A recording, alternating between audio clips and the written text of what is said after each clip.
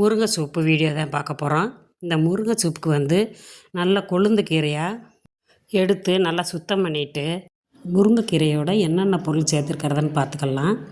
இதில் வந்து நான் 1 ஸ்பூன் சீரகம், 1 ஸ்பூன் மிளகு, கல் உப்பு, 1/4 டீஸ்பூன் மஞ்சத்தூள், ஒரு பெரிய பூண்டு பல், ஒரு 4-5 சின்ன வெங்காயம் சேர்த்து சின்ன வெங்காயம் பூண்டையும் உடகல்ல வச்சு நல்லா தட்டிட்டு போடுங்க. இந்த சூப்பு வந்து ஒரு 2 டம்ளர் அளவுக்கு தான் நான் போட்டிருக்கேன். இது நம்ம மூடி போட்டு மூடக்கூடாது. மூடி போட்டு மூடினோம்னா முருங்கை சூப்பு வந்து கடுக்கிற மாதிரி இருக்கும், டேஸ்ட் இருக்காது. அதனால் நம்ம மூடி போடாமல் பக்கத்துலேயே இருந்து நம்ம அதை கிண்டி விட்டுக்கிட்டே இருந்தோம்னா நல்லா கொதித்து வந்துடணும்.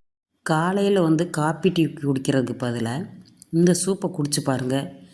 உடம்புக்கும் நல்லது, நம்ம ஆரோக்கியமாகவும் இருக்கலாம், நல்ல எனர்ஜியாகவும் இருக்கும். ஃபுல் வீடியோ பார்க்கணும்னா அமிர்தம் அம்மாள் சேனலை லைக் பண்ணிவிட்டு சப்ஸ்கிரைப் பண்ணிவிட்டு பாருங்கள்.